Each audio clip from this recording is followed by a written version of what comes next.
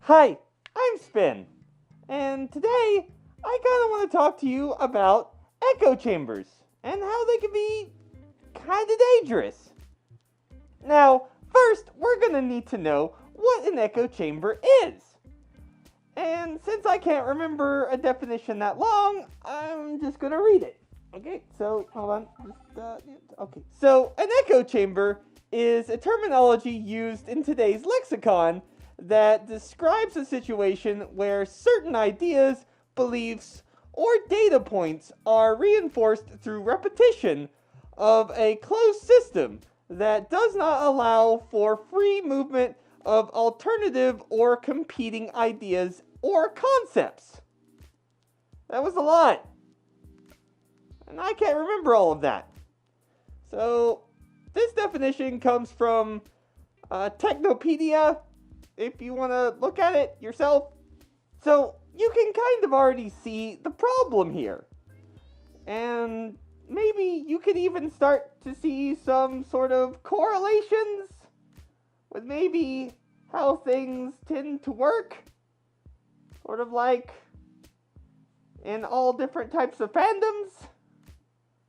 So, one of the key problems in a echo chamber is sort of the validation of an argument with little to no evidence.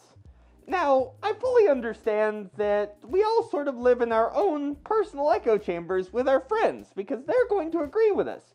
But I'll get to that at the end. The thing about your friends. So, stick with me on this, okay?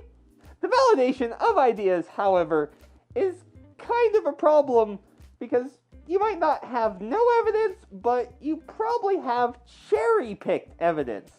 Evidence that sort of disregards anything that might disagree with what you have already decided must be or should be the truth.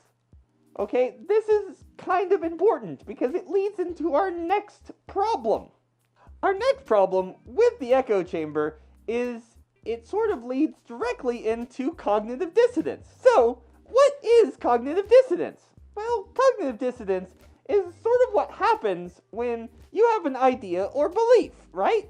And then someone comes along and argues against that idea or belief so strongly that it makes you feel awkward or it endangers that idea and belief. So instead of changing that idea or belief, you sort of push back against that argument, right? And by doing so, you will go back to your echo chamber for validation that you're right and they must be wrong. Because all these people say you're right, despite the fact that the evidence is mounting up that you are wrong on this particular subject. Let's just use, say, anti-vaxxers. That's good. Those people have levels of cognitive dissonance only rivaled by, say, flat earthers. Now, it's pretty obvious why cognitive dissonance is a bad thing. It prevents you from growing as a person. It prevents ideas from changing and evolving and new evidence from being presented. That, in effect, is the danger of an echo chamber, right? Well, there's another part to an echo chamber that's even more dangerous. And that is mob mentality. Now, mob mentality sort of is, well, quintessential villagers with pitchforks and torches chasing down the monster. Now, what's the monster? Anything that they happen not to like. Now, sometimes they might be correct on this, but only sometimes. Because it is so easy for an echo chamber to fall into mob mentality, and because they don't bother to check facts as to whether or not what they're doing is in fact correct, what will end up happening is that the guilty and innocent get destroyed equally. Because they don't care what the facts say, they just care what the people around them say the facts are. So if you present them with a different fact, they will turn on you immediately. And you will be part of the problem, not the solution. Does any of this sound familiar to any of you? Now, there happens to be a fix for this. And that fix is your friend group. The people I told you I would talk about later. Well, later is now, and we're going to talk about it, okay? When you are looking at your friend group, make sure that everyone understands it's okay to disagree with one another. That doesn't mean you hate one another. That just happens to mean that one of you might hold ideas and principles that another disagrees with. And that's okay. We are so concerned with getting along and always agreeing with our friends that we don't see the innate problem with that and how that can negatively impact all of us. So what you want to do is have divergent viewpoints in your friend group. This helps out immensely. This allows for your thoughts to be challenged, which is important because if your thoughts are never challenged and then you come up against opposition, you have no way of defending yourself. And this just makes you angry at that person for challenging what you think, which is what happens when you live in an echo chamber and have this level of cognitive dissonance. You will just push back.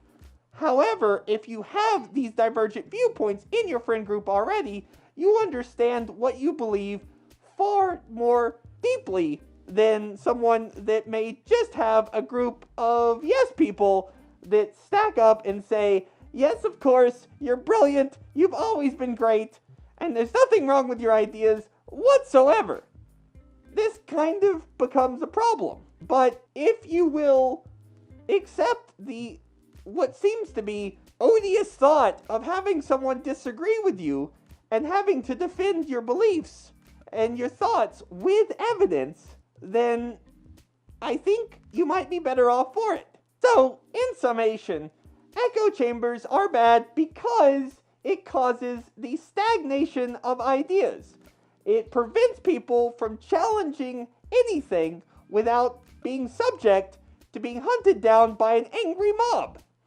And because you've been so protected, or your ideas have been so protected, or maybe both, when cognitive dissonance hits you, you will dig in your heels and you will refuse to think anything different than what the group has told you to think. Well, that's all I've got to say on this for right now. However, if you like the video, remember to like, comment, subscribe, hit the bell, whatever. I'll be here regardless. Whether you do it or not, I'll still be here.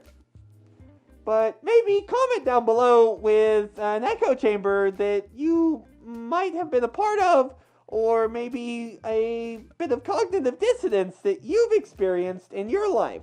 And like always, I've got some words to leave you with. Blessed is the mind too weak for doubt. Bye.